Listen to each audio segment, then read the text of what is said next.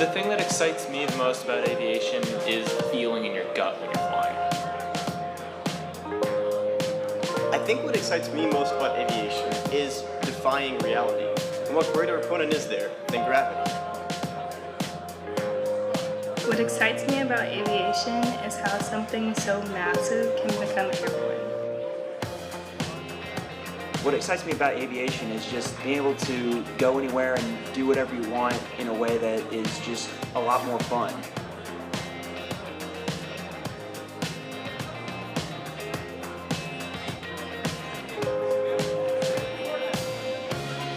This year, in addition to showcasing the hard work and talents that go into manufacturing aircraft, we challenged the students to work with our engineering team to develop, prototype, and test methods for sealing a skylight vent.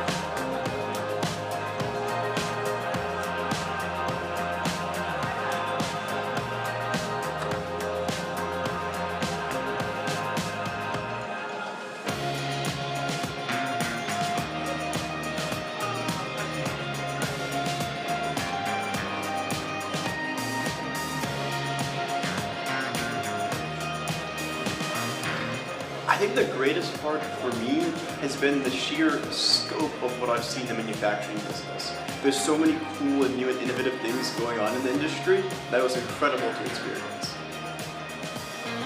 The best part of this was honestly getting to learn the processes behind building an airplane.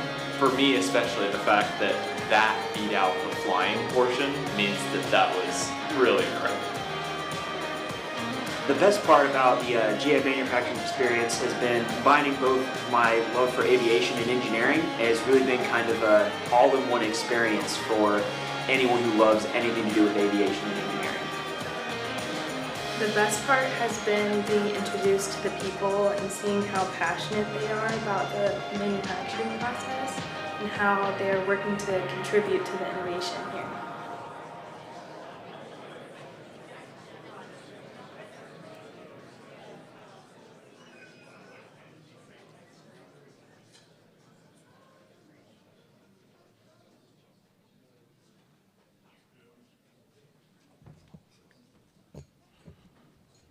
Good afternoon, everyone. Thank you for coming out to GAMA's 2024 State of the Industry press conference.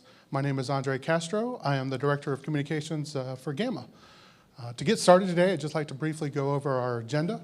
We're going to start out with the 2023 Billings and Shipments Report, followed by some industry updates, and then we will have a industry leadership panel discussion, and we'll close out with some Q&A and a special announcement at the end. I'd like to go ahead and actually introduce our next set of presenters. I have Chuck Whipplinger, President and CEO of Whip-Air, and Pete Bunce, President and CEO of GAMA.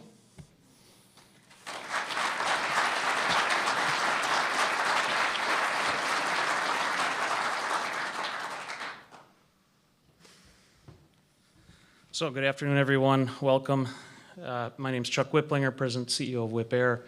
Also chairman of the GAMA board this year, and honored to be here and hold this position amongst my colleagues and my peers, my friends, and get to present to you today. Keep in mind, I'm a recovering engineer. while my expectations and my standards of presentation should be low, the numbers I'm going to present, your expectations should be very high. So we're going to run through the shipments and billings, and one of the biggest takeaways today, the industry has shipped more than 4,000 aircraft. We haven't hit this level, it's been a decade since we've hit this level. So it's great news on that front, and with that, we'll get right into the pistons. So we see an increase in 11.8% when compared to 2022 for the same reporting companies that in piston. We're continuing to see growth. It's materialized over the past dozen or so years. We shipped 1,682 units in 2023 compared to 1,030 in 2013. That equates to a 63% increase in production across all the manufacturers that report. A big number on billings. We've exceeded $1 billion in billings. That is an all-time record. It's the highest it's ever been for piston aircraft. So, market share. Geographically, the U.S. market, as measured in a percent, reached, are tracking across the 5 geographic regions. 77% for the U.S. 4 out of 5 airplanes are going to the U.S. market. The North American market, Turboprops, shipments. So we see an increase in 9.6% from 2022 in the turboprop market, which is a healthy increase. And billings are topping $2.3 billion in the aircraft turboprop market. Market share, a bit of a change in this. So North America is 53.6% of the share, a slight contraction from 2022. And Europe actually overtook Latin America as the second largest market at 16.9% compared to 16%. So I'll turn it over to Pete for the business jets now. So continuing on the theme of the industry doing extremely well, strong and steady growth, let's take a look at business jets. So our deliveries exceeded last year's deliveries by about 18 units. Our billings up slightly, about 0.02%. What's really important to note here is that market share. When we looked at market share and the record that was set in the U.S. market share last year when we reported these numbers for 2022, we thought, wow, can we ever beat that as far as market share in North America? Well, we did. So 2023, that's the largest that we've ever seen that market share. And that's indicative of how robust this industry has been, particularly coming out of the pandemic. But notice that the market share in Europe has decreased down from 16 and change to about 12. And we've got to watch that. We've got to be very careful, and we'll talk about that a little bit later. Let's go by segment within the business jet spectrum and take a look. And really, the story here is, again, steady, sustained growth in the lights to mids. But now let's take a look at the large cabin, long range, the heavy iron that's out there. If we look at where we've been and where we want to go, all of you in the press have been reported about some of the delays that we've had out there. One of the messages that we are transmitting to the regulators is this industry depends on predictability. And right now, we do not have predictability with the regulatory authorities across the globe. And for us to make the financial commitments, and obviously if you go up channel, the commitments get larger and larger in the products that we produce, predictability is key to success. And so we are working hard with all of our regulators. And I have to tell you, across the board, we have great leadership. We've got leadership changes happening at EASA that we will see in the coming months.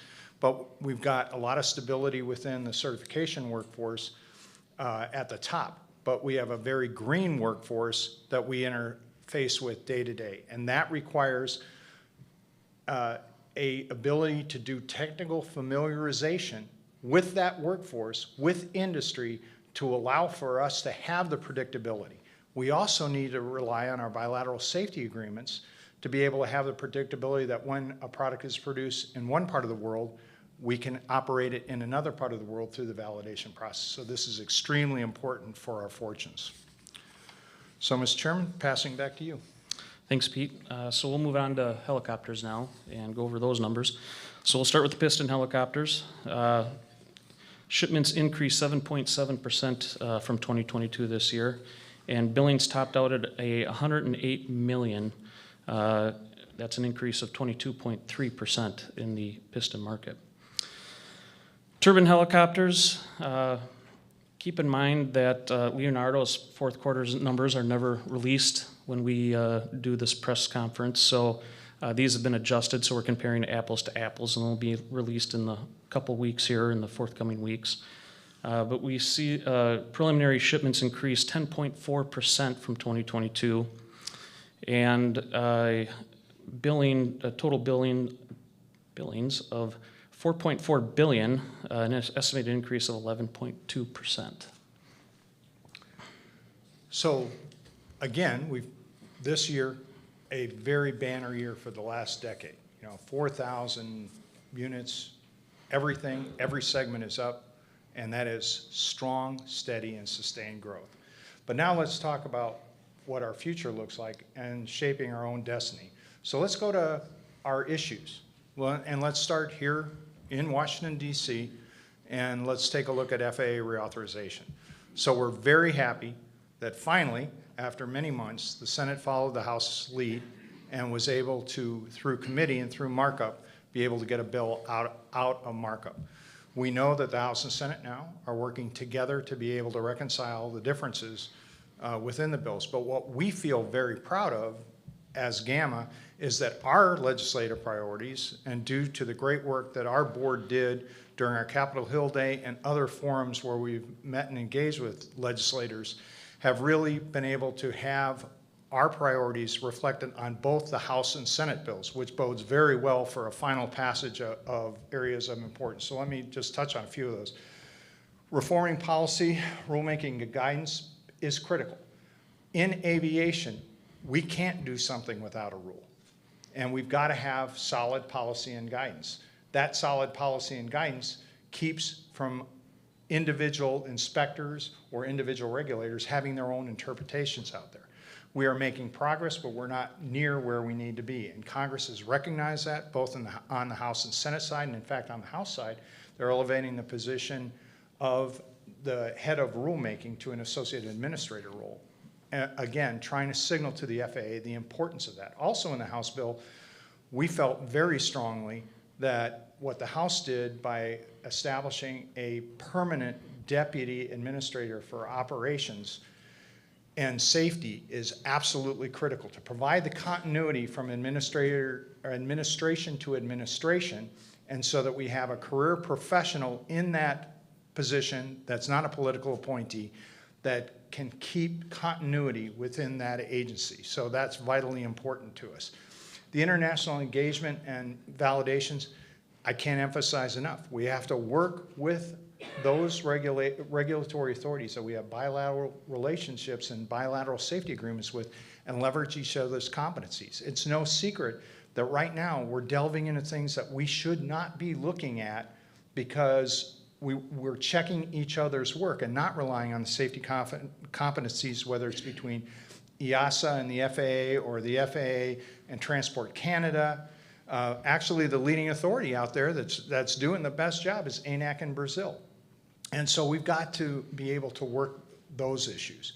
On the workforce out there, it's not just a workforce issue for industry, it is a workforce issue for the FAA. And we are very proud of the fact that both in the House and Senate are supporting the 65 grant process to expand beyond just pilots and maintainers to actually technicians that work in our industry, to be able to provide that grant process to help us recapitalize our workforce. Fostering innovation.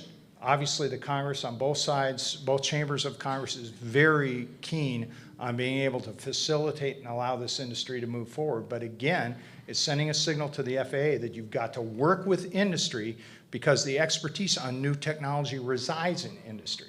It will always reside in industry. So we have to have this exchange of information through this technical familiarization. And to the credit of the FAA, they've put some resources toward travel dollars to be able to have industry and regulators come together to be able to learn about this new technology. And of course, no discussion of aviation can happen in this day and age without talking about sustainability.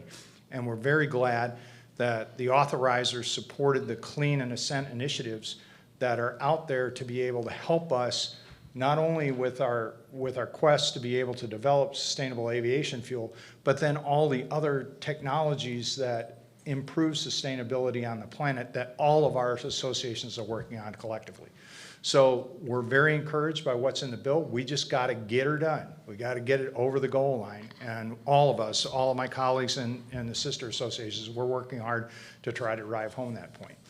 Now let's switch over to Europe for a second. Our priorities in Europe are very, very keen. And there are areas of concern out there. One thing that we've got to do a better job as an industry is emphasize that without general aviation, all the sustainability goals across all of civil aviation will not happen. We are the technology incubator for the entire industry. And if you harm our industry, you're going to harm any chance of being able to have sustainable aviation go into regional and then finally into long haul. And we're not talking just about battery technology alone. We're talking about huge, huge power generation that we are able to do with spinning turbines out there. And we've got to be able to facilitate that. As we look at availability of SAF, I'm going to touch on that in a second and also talk again about validation. But let's go to the next slide and let's just talk about the perils and what's at stake in Europe. There was a recent vote, and together, GAMA and EBAA worked very hard in the European Parliament to try to defeat this measure that would have, through taxation, basically banned business aviation. That was the attempt. But look at what the vote was. 282 in favor and 300 against. We only won that vote by 18 votes in the European Parliament. That is scary as hell. And we have to double down on our efforts over there to emphasize the importance of our industry to the European Parliament, particularly because there's elections this year, and we've got to go and hit the ground running as the new Parliament takes their seats later this year to be able to talk about the benefits of our industry, the great jobs that we produce, and the great contribution to the European economy that is out there. One of our challenges, if we go to the next slide, and we talk about sustainable aviation fuel, which is also what I would consider, and I want to portray that in the deployment strategy that we have right now in the U.S. is where we are producing SAF really is in only 2 locations, okay? In Europe, there's multiple locations, but where is that fuel being prioritized to go? Right now, we have an availability at Le Bourget, which is our biggest business aviation airport, but soon, under the European scheme of how they're going to deploy SAF, they're going to take it away from us at Le Bourget and put it at all the commercial heavy iron type of airports. And yet we're going to be taxed because we don't have access to it, because Europe won't accept the concept of book and claim. So if you look at right now, the green dots that are up there are where you can get SAF. And in the US, obviously you can get SAF on the West Coast because that's where our 2 facilities are that are producing it. Now we have a few East Coast locations, mainly because our manufacturers are providing it when we're doing heavy maintenance or we're doing deliveries. But in Europe, it's available in a few more locations, but soon that'll only be at commercial airports. Now if we look at the future, the next slide, and look at what the planned development is for SAF, remember that the transportation cost for the fuel is the big thing that adds cost to that product of where we can get it. So if we get this type of deployment with all the feedstocks that we have available out there, price is going to come down, demand will go up. But in Europe, we have to have book and claim. And right now, the European Commission is fighting us tooth and nail to be able to say, no, we don't believe in book and claim. And it's absolutely ridiculous, and I would say it's unjust.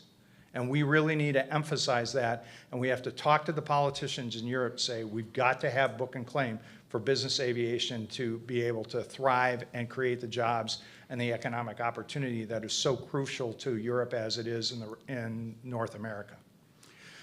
And then the last subject on our European discussion here, next slide, is strengthening those bilateral safety agreements. Because right now, we still do not have, after a decade of work, a good way to measure the capability of one authority, bilateral authority, to be able to work with another. We've been asking for it for 10 years, and finally, we're so frustrated with not being able to have, you can't fix something if you can't measure it. So finally we said, okay, industry, we're going to start measuring it. Now these authorities are starting to pay attention. And we're working it hard to be able to gather metrics to check their performance on validations and their adherence to what they've agreed to, like starting with a work plan. I mean, you've got to be able to have discipline in a process to start with a plan of how you're going to validate a product. And if you have a smart, logical work plan, hopefully we can cut down on specialists using a validation as a training method and checking the work of other specialists on the other side of the ocean. So this is really important, as well as the UK stands up their CAA now after Brexit. That's still a work in progress, but we're very encouraged by the interface that we are having between GAMA, whether it's GAMA Brussels or GAMA Washington, be able to help the UK be able to be the 5th leading authority around the world as we go and validate products and have products moving back and forth. Mr. Chairman, back to you. Yes, thank you. As Pete said earlier, that the general and business aviation industry is the safety, sustainability, and innovation incubator for global aviation. This can be seen across a spectrum of fixed-wing rotorcraft and advanced air mobility vehicles. These product developments are built upon technological advancements in materials, structures, avionics, new propulsion methods, wing design, fly-by-wire controls, additive manufacturing, and sustainable aviation fuel. Last year, there were some key announcements and demonstrations that showed the wide breadth of advancements in the industry that is being worked on. Daher, Airbus, and Safran showcased EcoPlus at the Paris Air Show, and its first flight was in December. Bombardier moved into the second test phase of its EcoJet research project, flying an 18-foot wide blended wing body prototype. Cub Crafters unveiled its ducted fan electric lift augmentation slats project, and both Joby and Volocopter demonstrated flights over the East River, New York. And of course, we have the first civil helicopter with fly-by-wire forthcoming, the Bell 525 Relentless. These and other technologies that our industry is working on will advance general aviation, not only advance it, but pave the way for broader adoption throughout aerospace. It's important to note that the industry's ability to introduce and innovate technologies and sustainable products into the market is dependent on having an effective, reliable, and supportive regulatory and business environment to work within. So if we look at where the industry is going, a lot of attention has been paid in the last few months to Mosaic and this new rule banking that's very much on the light end. So why does GAMA, as an association that deals with mostly certified aircraft, really care about Mosaic? Well, it was GAMA that provided 38 pages of comments to Mosaic, but what I found was interesting, and quite frankly, my staff didn't want me to say this, but disappointing, is that the aviation press did not pick up on the most important thing in all the comments made by GAMA, NBAA, HAI, EAA, AOPA, all the associations that responded to it, is that there was an imposition of a Part 36 noise standard that basically, if you boil it down, really scuttles the whole initiative of Mosaic, because it implements a certification process in aircraft that are supposed to be able to go through a process that traditional LSAs have, where you're not in a Part 23 certification. And in essence, and our member company Hartzell did a great study on that. Basically, what we have to do to meet the noise standard that they're proposing is shrink the size, the diameter of the prop, to be able to reduce noise, because we all know that it's the tips that make the big noise, at the same time that we want sport pilots to fly them. Do we want sport pilots flying an aircraft with less power? It makes no sense. The important thing to note, and I hope that the press picks up on this, is the comment period for Mosaic is back open again. There was a technical reason why they had to open it back up. So there is time for this community that cares about Mosaic to respond forcefully on the ridiculousness of the way that they want to implement the Part 36 noise standard. I mean, and it's crazy across the board for manufacturers right now. If we put a small antenna on an aircraft out there, we have to do a noise check on it. When we all know it's not going to have any impact whatsoever to the noise. But there's that constituency with the FAA that's beyond the reach of aviation safety. It's outside of their branch that is starting to require this type of, and it's just make work for everyone out there. So it is Gamma that was able to take a look at the standards that we have for Mosaic and say, well, actually we can increase the stall speed for fixed-wing aircraft up to 58 knots and actually capture more aircraft out there to allow sport pilots to fly them and have a capability there. And through our comment process and working with our sister associations, we were able to go and I think make a very strong case for that. So I'm very encouraged that we were able to do that, but also the great work that we were able to do working with HAI and working with all our AAM manufacturers to be able to provide very good inputs on what we can do with rotorcraft in the Mosaic framework, as well as with powered lift and this new emerging AAM technology. So let's move on now to one of our favorite topics, Eagle, and the unleaded aviation fuel, which has been in the news a lot lately. We kicked off Eagle 2 years ago, right at this press conference, when Administrator Dixon was with us that time. And since then, there's been some progress that has really come to light through the working and the collaboration between all the associations and the FAA.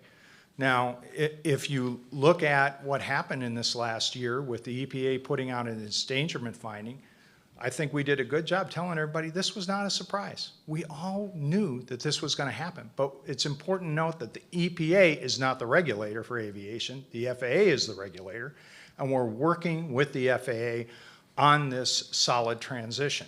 Now, there's been a whole bunch of articles in the press lately about some lawyer out in California that works for an environmental group trying to say this is what's going to happen. And as I always emphasize to people, if I get 5 engineers in a room, I get 7 different opinions. Well, it's a lot worse with lawyers, I'll tell you that for sure. So I think there was a modification to that I read in one of the trades this morning. But it's important that we have 100 low lead available until we can do this smart, methodical transition. We've got to make sure that we do appropriate testing on all parts of the delivery chain of fuel, and that goes beyond the aircraft.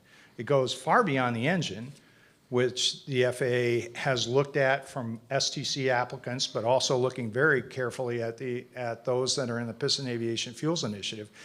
It goes to what we have in fuel tanks. It goes to all the systems on the aircraft, but also look at trucks, look at rail cars, be able to look at tanks, whether they're in ground or above ground for those seals, but also what kind of liability insurance is out there, who is protected in this process and who is vulnerable in this process. All of this is back to the marketplace will decide how this goes and plays out. But rest assured that this industry has made a commitment that we are going to transition to an unleaded avgas by the end of 2030. And that commitment remains solid, and we are all working toward that. And Kurt is with us. Kurt is now our head of the Eagle. He's our chairman for Eagle on the industry side. And I can tell you that we work very collaboratively. In fact, we have a big meeting tomorrow afternoon to be able to discuss that. Back to you, Mr. Chairman. Thanks, Pete. So workforce opportunities and challenges. We are very optimistic about the future of aviation, and this means that we must constantly and continuously reinvigorate our focus on strengthening our current and future workforces. The success and growth of the industry will rely heavily on robust and talented workforce. So we need to showcase to future generations that jobs in our industry are wide-ranging across a broad set of skill sets and focuses, and that the jobs are rewarding and fulfilling and have career advancement within them.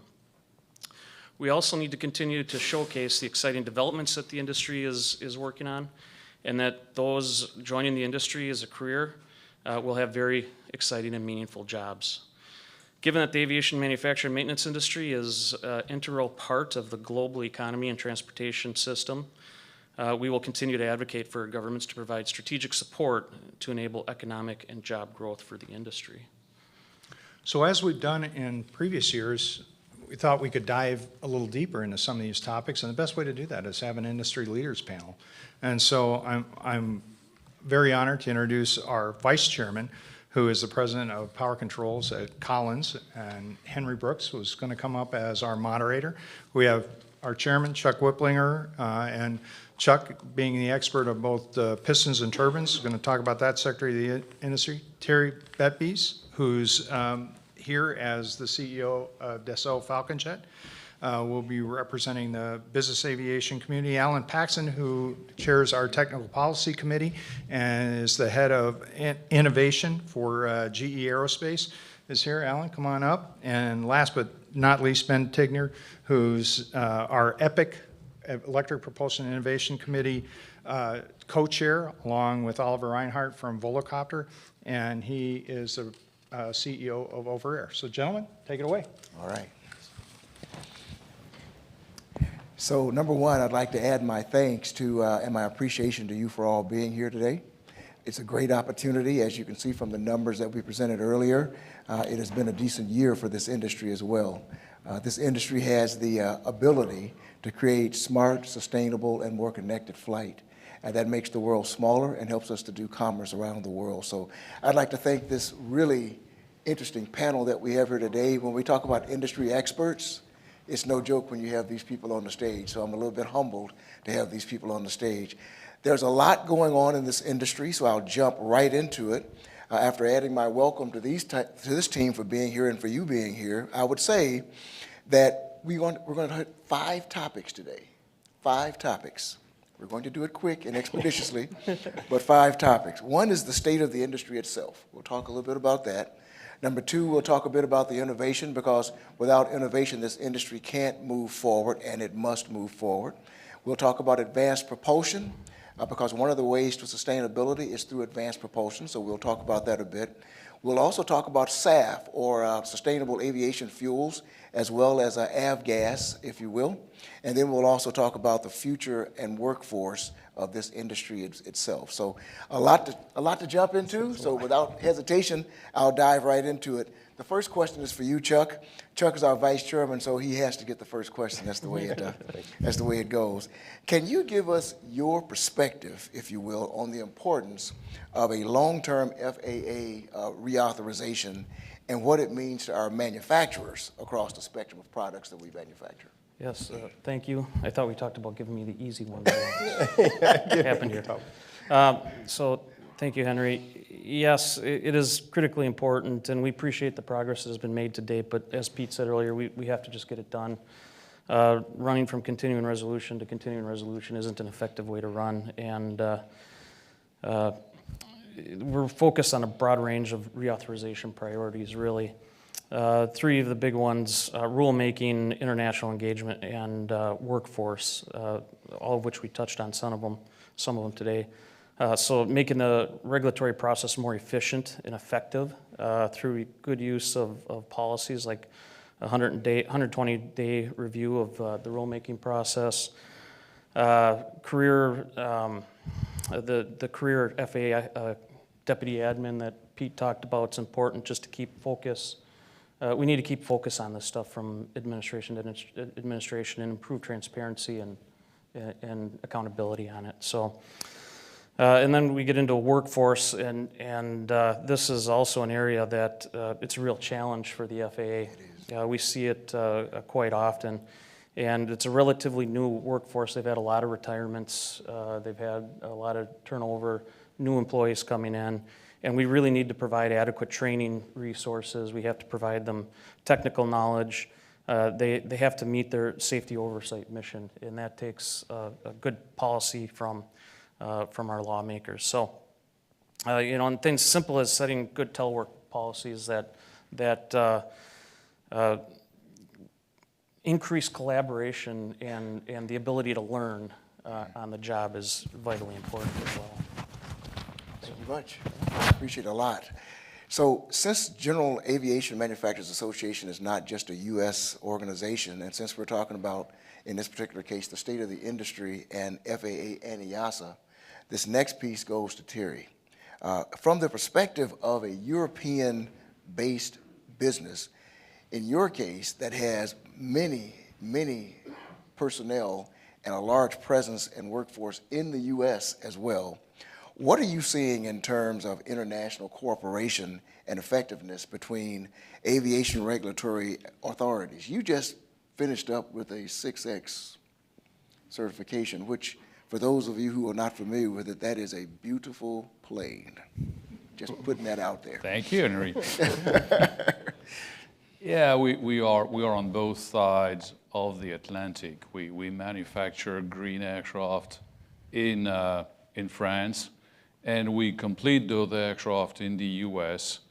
in Little Rock in Arkansas. And of course, we have a lot of supplies, equipment from different U.S. OEMs. The Falcon 6X certification was a very good experience. And at this level between the two agencies, EASA and FAA, when we got the type certificate the same day from those two agencies, it was great. It shows that the bilateral thing still works. Now, from the type certificate to the entry into service, which took place in December, we saw some details where the things were not as fluid as at the top level connections for the type certificates. And it's not a contradiction to what we said this morning. What we saw, for instance, an example like the master minimum equipment list or the training patterns, things like that, it's not the bilateral things that was not working. It's the same domestic difficulties that any other manufacturer's OEM would have. When you go deep down into the details, and after COVID, where few people came back to the office, there has been a loss of experience. And when you go in those details, it's not because it's a bilateral thing. It's a local problem that spills over the bilateral relations. It's not because it's EASA versus FAA, ANAC versus FAA, or whatever. It's because in each of these regulators, yes, they are still struggling after COVID to bring back people to the office, to train the young engineers working in those regulators. And this is where what Pete mentioned is something very important. We should bring those engineers from those regulators to have an experience of how the OEMs are working, because technology is moving very fast. And it's a kind of incubator. I mean, business aviation is an incubator for lots of technology. So we need to have a stronger, closer relation between the regulators and the OEMs. That's probably the way to solve that kind of gap. We need to bridge that gap. But I mean, the bilateral relation is something we need to certainly nurture. But for the Falcon 6X, I mean, the experience was good. Thank you very much. Much appreciated. You know, Terry touched on technology and innovation, and so I think I'll go right to that next section, which is indeed technology and innovation. So, Alan, this question is going to come to you, if you're all right with it. Our GA, or general aviation and business aviation industry, I call it the incubator. for sustainability and innovation for our industry itself, and really for all of aerospace. Because as many of you who follow the aerospace industry, the very first thing that the airframers would like to understand is what kind of improvements can the engine make? And then we'll build the rest of the plane to go along with that.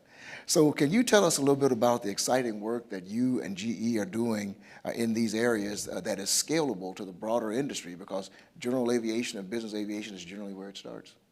Yeah, no, thank you. Thanks for the opportunity. You know what, I think of innovation, first of all, it really is at our core and our DNA, and that's not just, I think all of us share that.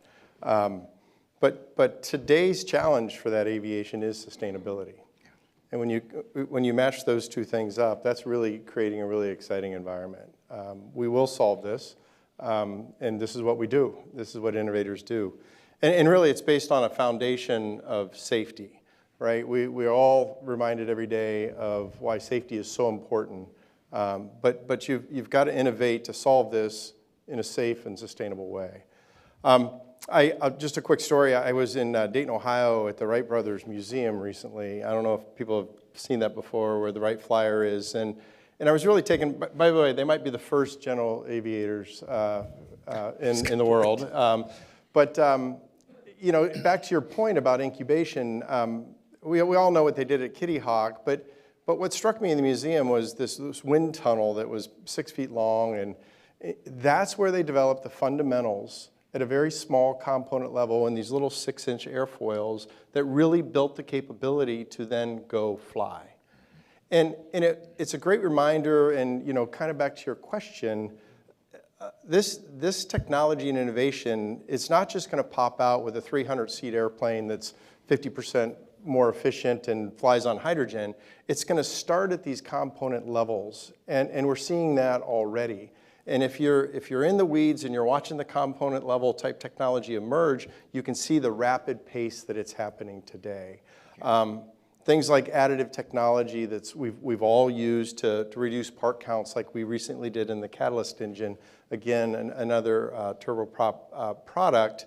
But that technology of additive is enabling thermal management in our new engines, as you know, that is going to set another bar in terms of capability. So maybe the real, back to your question, there's a lot of component level type technologies. They emerge first in smaller products just naturally as we learn them out, and they grow to the bigger products. And I think that's a great way to think about it, all the way back to the Wright brothers. They were doing it at the beginning, and we're still doing it today. That's right. Thanks a lot for that. I mean, it's interesting. Gamma is blessed because we have GE Aviation here. Certainly, we have Rolls-Royce here as well.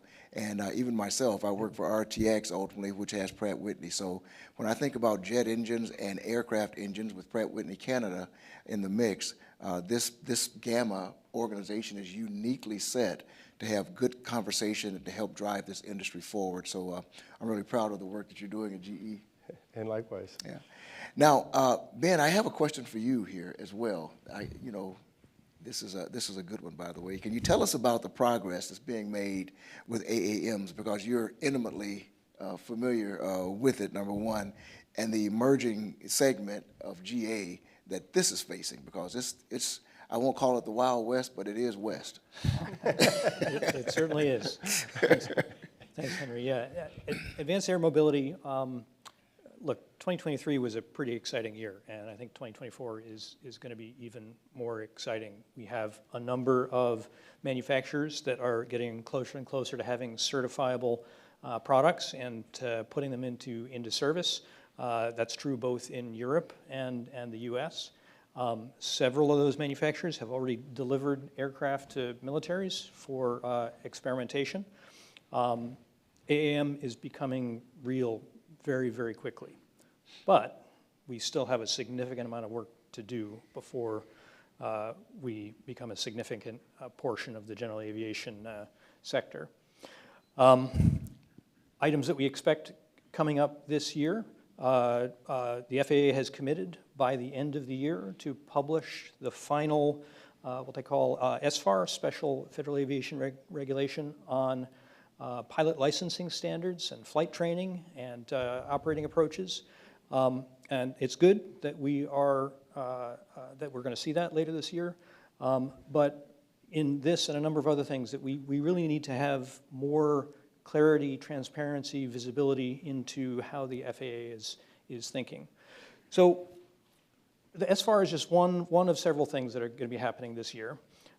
We expect sometime just in the next few months, we expect to see the publication of the final airworthiness requirement for the first two leading AAM companies, Joby and Archer. We're very excited about that. But it's very important when the FAA publishes that, that it includes a really robust preamble that will provide a clear rationale and safety objectives of that rule language. That's important because that will help avoid ambiguity in interpreting at the working level the rule language, and it'll help solidify the transferability of that rule to follow-on applicants like my company. It will also help the FAA to provide clarity to other global certification authorities so that we can help make sure that these rules remain harmonized across all nations. As I mentioned, we are expecting the SFAR to be published by the end of the year. Many of you are aware that there was a draft SFAR published last year. There was a very robust comment period, and members of GAMA pushed back pretty hard on some elements of the SFAR, and we're all eagerly waiting to see how the final rule comes out. Now, the FAA will make its final decisions, and it's very, very important as the SFAR moves toward publication that the FAA do everything that they can to broadcast how that final rule will come out, because we have companies all across the industry investing very heavily in training standards and training devices, and all that investment is at risk if the SFAR comes out in a very different way than the industry expects. So we really need to have as early a view of what the SFAR is going to be as the FAA can possibly let us have. Yeah, agreed. So sticking with that for a second, for advanced propulsion, if I can just, because you're right in the middle of that as well with these vehicles, can you talk a little bit about some of the challenges and, frankly, the advantages as well of electric propulsion? You know, we all are using words like sustainability. It is very real for you. Yeah, that's right. This is really a unique point in the history of aviation. Even though aviation is one of the most challenging segments of transportation to electrify, at long last, we're in a position where we're going to have a class of aircraft very soon that are able to be truly zero tailpipe emissions. That's an incredibly exciting thing. Even though these are small airplanes, short-range airplanes, nevertheless, it demonstrates that general aviation is the true technology incubator and bringing technologies into the fold that then can be applied to larger and larger aircraft. It also offers an opportunity to have aircraft available with far lower acoustic emissions than traditional aircraft.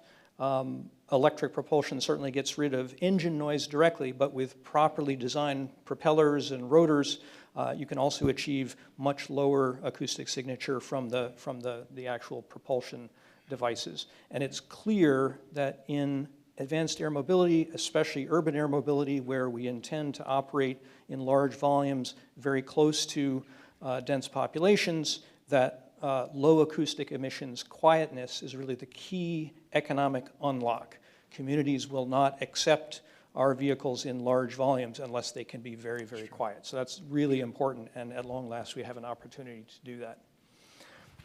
It's an interesting and really exciting time in the development of batteries.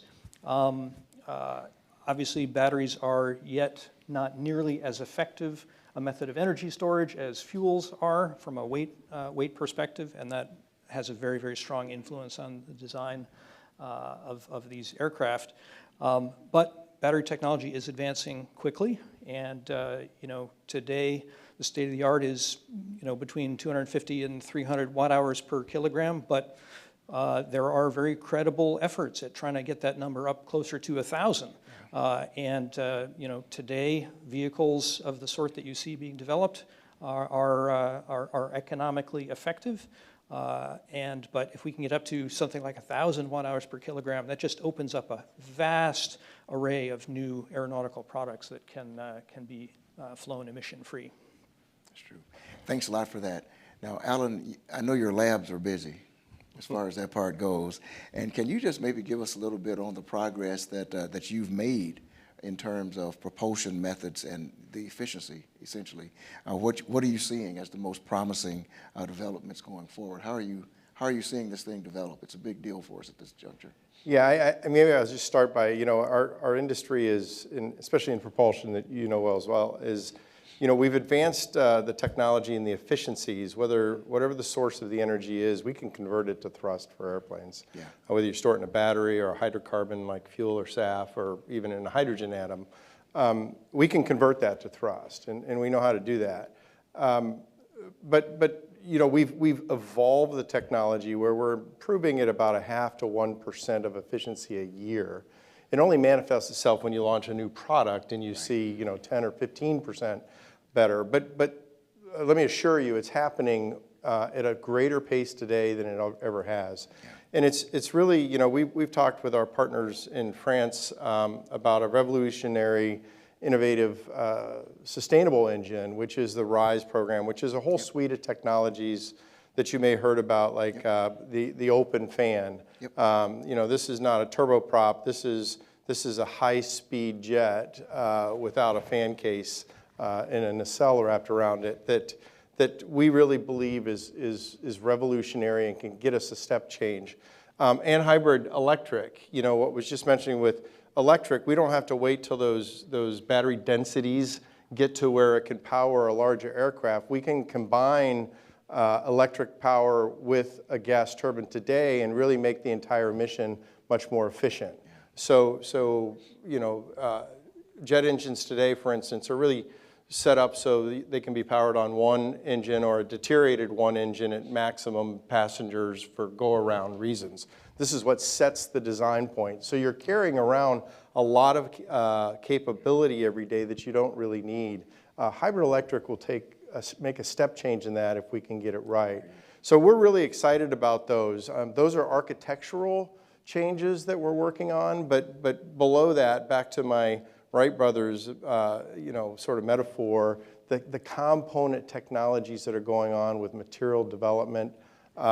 We're running new turbine technologies and cooling technologies in today's engines that are already showing above our expectations in terms of cooling capabilities. So it's really excited. We run between 70 and 100 of these component level tests a year.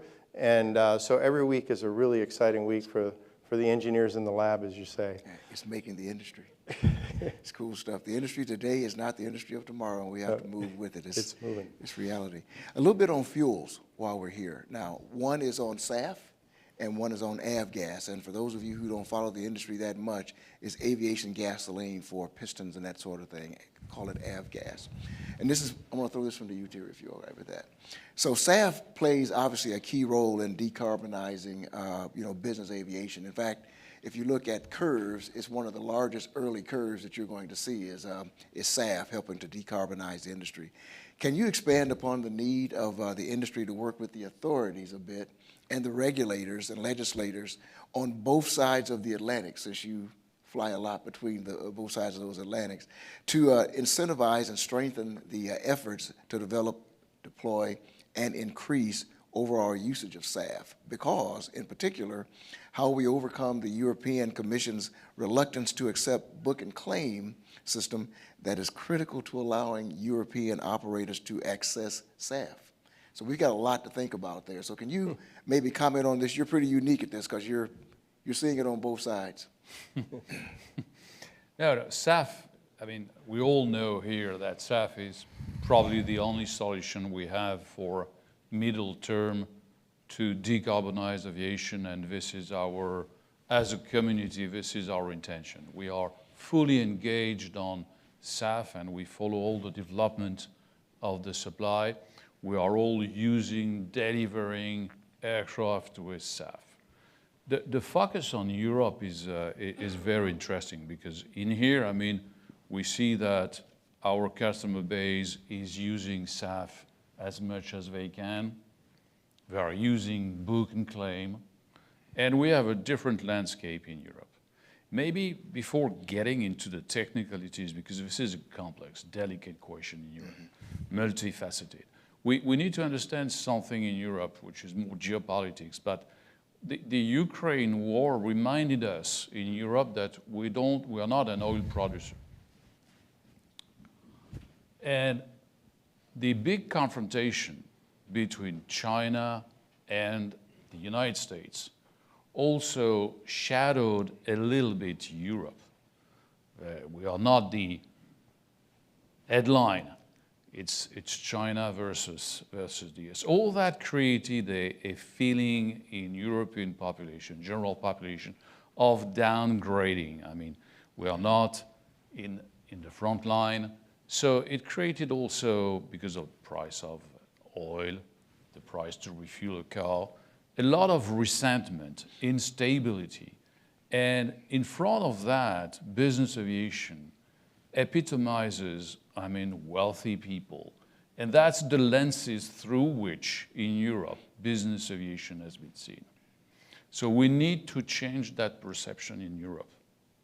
And one thing which I would encourage everybody to get out of is that corner where somewhere the metrics used is the emission per passenger. There is a logic in commercial aviation. The commercial aviation is meant to transport passengers. 85% of the passengers transported are for leisure tourism. Great. We need people to connect with each other. It allows people to understand better, culture exchange. It's great. So there is a logic that you measure emission per passenger. What is business aviation? Business aviation is a transportation means that enables not to transport passengers, but to enable business leaders to develop businesses, to create jobs, to create exports, and then to pay taxes to governments, to pay for infrastructure for the general population. We should ask that business aviation emission should be prorated to those values, to those criterions, rather than transport. This is not our mission. We are not a mass transporter, I mean, that's obvious. Now, going to book and claim, I mean, US corporations are using book and claim, as Pete showed, I mean, the map. It's not available everywhere, no doubt. In Europe, it's not available everywhere as well. So how come that in the US, people trust a system where you have someone paying the price of SAF, but fueling with non-SAF Jet A, and someone fueling with normally Jet A, no, is fueled with SAF, in fact. And why there is no trust in Europe? I mean, it's probably because somewhere you have to remember, and I'm not a specialist of that this SAF book and claim is limited by the supply. You can't claim SAF that has not been booked. And book and claim is supposed to promote SAF beyond a SAF that would be provided only locally. In Europe, there is a big fear that, well, there will be phony books. And then if you have phony books, there will be phony claims. And claims give a right to get exemption, tax exemption on your carbon obligations, et cetera, et cetera.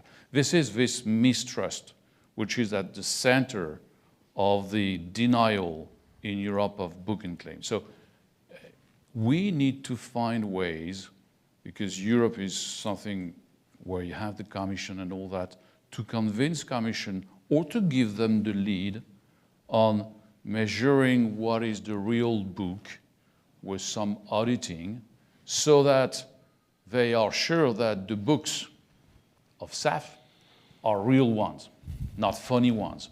And if the books are good, mechanically the claims will be more or less good. I mean, you can always imagine schemes, but it's too complex for our customer base to do things like that. So if we fix the book side, maybe we'll be able to regulate the claim side as well. That will leave in Europe probably one question, which is if I fuel in the US and I claim, of course, there will be nobody that will benefit that claim through a booking next time. But it's a smaller portion of the problem.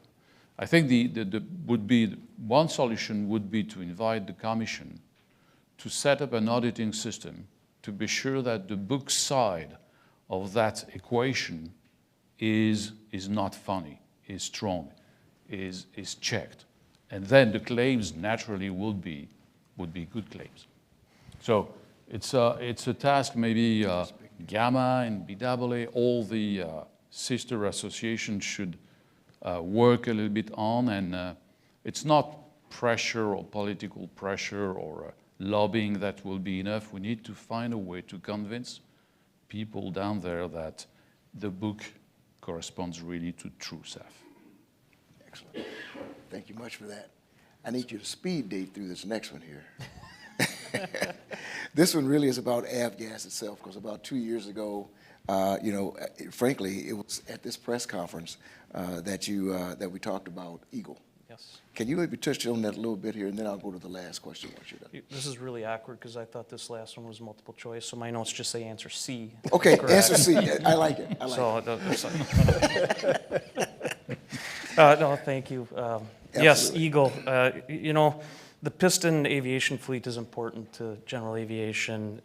So if you're going to go get your seaplane rating, which I encourage everyone to go get your seaplane rating, whether you're learning to fly now, learn to fly 20 years ago, doesn't matter, go do it. I highly encourage it. You're probably going to get in a piston airplane to go do that training and get that rating. If you're going to do it in a turbine of some type, you're probably going to scare your insurance company, quite frankly. Pistons are important, and we as an industry are fully committed to an unleaded fuel future. There's been a great progress made here recently, and we got to have a market viable, high octane, unleaded replacement, and that's important. And so recently here, PAFI has announced that one of the candidate fuels has met the most rigorous portion of the testing, and that they're moving on to the next phase, which is full airframe and power plant testing. So that's good news. We're also seeing progress from 2 of the STC options out there.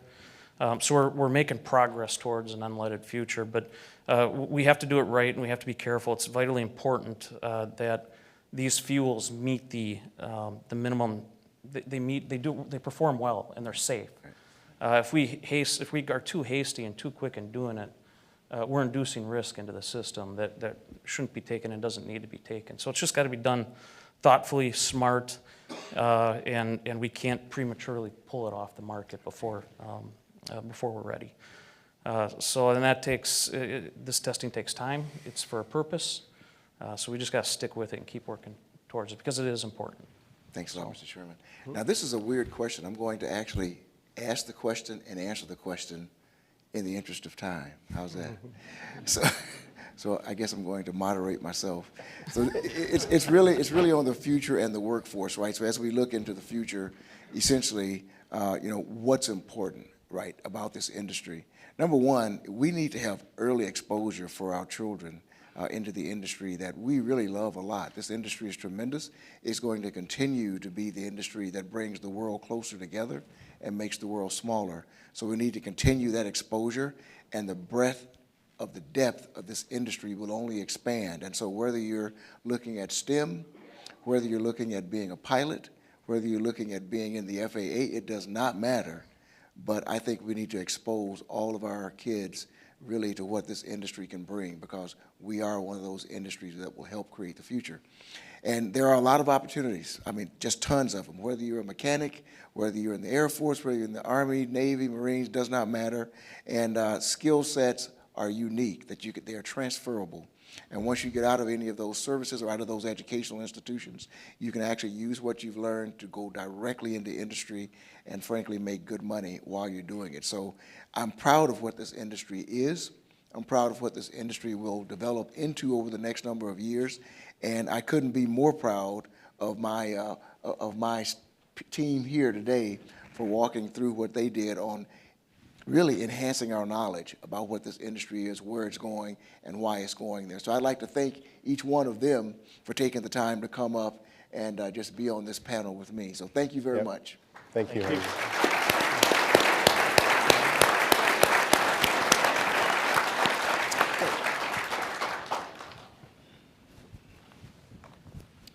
I guess we can go off that way, huh?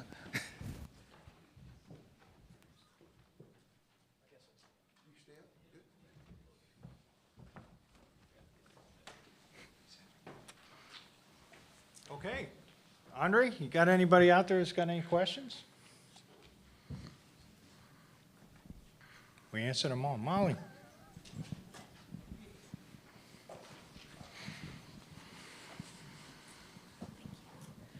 Hi, Pete. I'm wondering, when you were talking about certification and working together with other regulatory bodies, do you feel like there are any additional partnerships or anything beyond, what is the answer, or what do you feel would make that process better besides more people and more training? Is there something else that's needed? Well, Molly, we had a meeting last fall where both Walter DeRocher and Kyle Martin, the head of our Brussels office, have been working with basically the quadrilateral authorities. So you're talking about Brazil, Canada, the U.S., and Europe, but then other regulatory bodies are participatory in there. But there was a commitment made that they would start doubling down on their efforts to look at metrics, to be able to say, okay, let's measure how well each other is doing here. And that's a start. But we've got to keep refining that, and we've got to have industry input. So we're collecting, as I mentioned, our own metrics there. We have a safety conference coming up here in June. This year it's in the U.S., which will be one of the topics. We'll have Rochelle Deschler, the head of certification from EASA, and L'Oreal Liu, the head of cert for the FAA, working together and hosting us to be able to come together with industry and start to tackle some of the more detailed areas of that. Again, as I mentioned, things have to start with a plan. They got to start with a work plan. And that's just not an international validation. Chuck can tell you chapter and verse. We were just with the FAA leadership and had a great meeting this morning, 2.5 hours with FAA leadership over talking about processes and how to make it more efficient, because, we start off with a cert plan. People got to follow it. First of all, they've got to get responses timely to it. But as we go through that process, we need decisions. And that's one of the things that are lacking out there right now. Any decision is better than no decision. And what our plea was to the leaders that we met with from AVSs out there is to provide some accountability in the workforce that they've got to make decisions. And they can't just pass it around. We use the term, show us a rock. Well, we do a lot of showing the rock to the regulators right now, and we need to stop showing them a rock. And we need to say, here it is, tell us yes or no.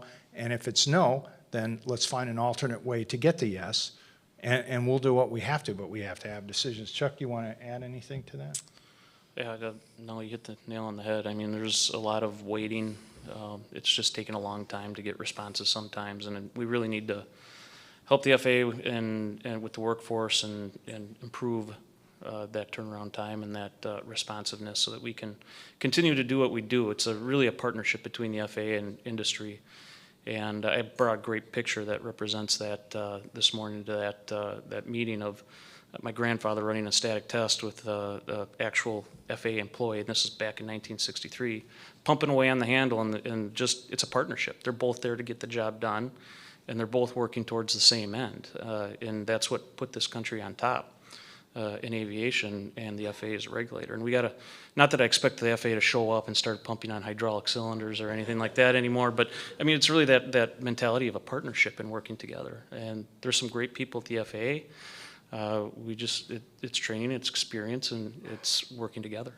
Well, one of the things I didn't mention in the FAA bill, on innovation, there's a push toward digitization. We still today, can you imagine this in 2024, that we still have to provide paper, two-dimensional drawings to the FAA on very complex designs. Alan talked about additive manufacturing and everything. We have to transfer that to a two-dimensional design when every young person that's gone through college and become an engineer does things in 3D, manipulates it, can show it, and when we're trying to show compliance, we should be able to send them the computer file so that they can manipulate it, and we can have a video conference and we can point to it with a mouse and say, this is what you're looking at. But what do? We have to translate it to paper. This is ridiculous.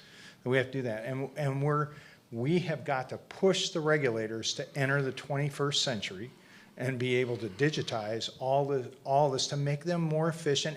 And how would an engineer take, if they're working for the FAA or for EASA and say, what, I got to work with paper? I just graduated from college. I haven't worked with paper since I was back in grade school. So that's just one area that we have to work on. Yes, thanks for taking my question. Drew Limsky from Business Jet Traveler. In light of what's happened with Boeing's troubles, are you going to be foreseeing or are you already experiencing more regulation, more oversight, tougher road for products to come to market? And I have a follow-up.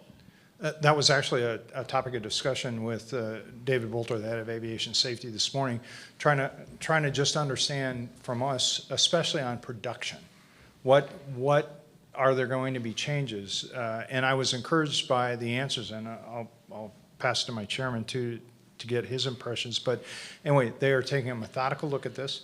They have asked MITRE to do a study and to consult with experts throughout the industry, in both industry and with government, to be able to give them recommendations of what we have to do or what we might do on looking at production that changes from the way that we do things now. There's a lot of confusion out there, tremendous confusion between CERT process and what we call organization designation authorization, an ODA, and what production is. I always try to educate people that a type certificate is one bar. A production certificate, when you've got a capability to make Article 10 look like Article 1000, that is a huge high bar.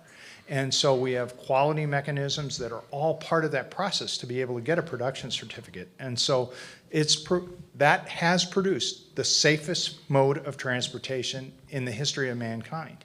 And so we've got to be very careful and methodical as we go and adjust this. And I'm just gratified that the FAA is going to work with us to take a close look at it and not a knee-jerk reaction. Great. And it was really great to hear from the FAA this morning that hopefully we don't get the knee-jerk reaction, we get a thoughtful response. And we do see impacts from different events out there and in different ways and different forms. But it was good to hear that we're going to hopefully stay rational and stay focused and try to improve without going irrational on the situation. So, just a question for my audience, which are aficionados and also a general audience. Bolts, pro or con? We need them. Bolts. Bolts? Yes. Moment of levity here. Okay. Yeah, we need bolts, obviously. No, and again, when we design a project or a product and everything, nobody's talking about questioning the design except for people that are confusing. The two streams are all of a sudden get conflated between one another. And fortunately, that was the first thing that David brought up with us this morning, is that there is tremendous amount of confusion up on Capitol Hill and in the aviation press between designing a product, certifying a product, and then producing it one after another. And the more that we can educate people out there, the distinction between the two, the more it'll help overall. So from my perspective, bolts are good. Rivets, screws, adhesives, other fasteners also work from time to time well. Good engineering answer. Anything else out there? Well, it's been great to have you with us, and I just have one teaser up there. Those of you that know me well know that I care about history, I care about veterans, I care about warbirds, and it's about getting time for another Arsenal of Democracy flyover. Notice that the background may not be may not be Washington, D.C. this time.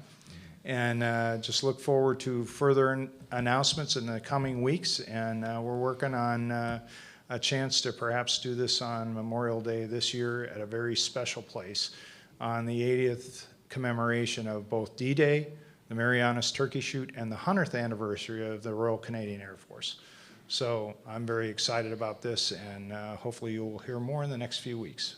So with that, thank you for being here, and all the GAMA board members. Now you really got to go to work. We got the administrator with us in about an hour and a half, so we're heading back over to the board meeting. Thank you again.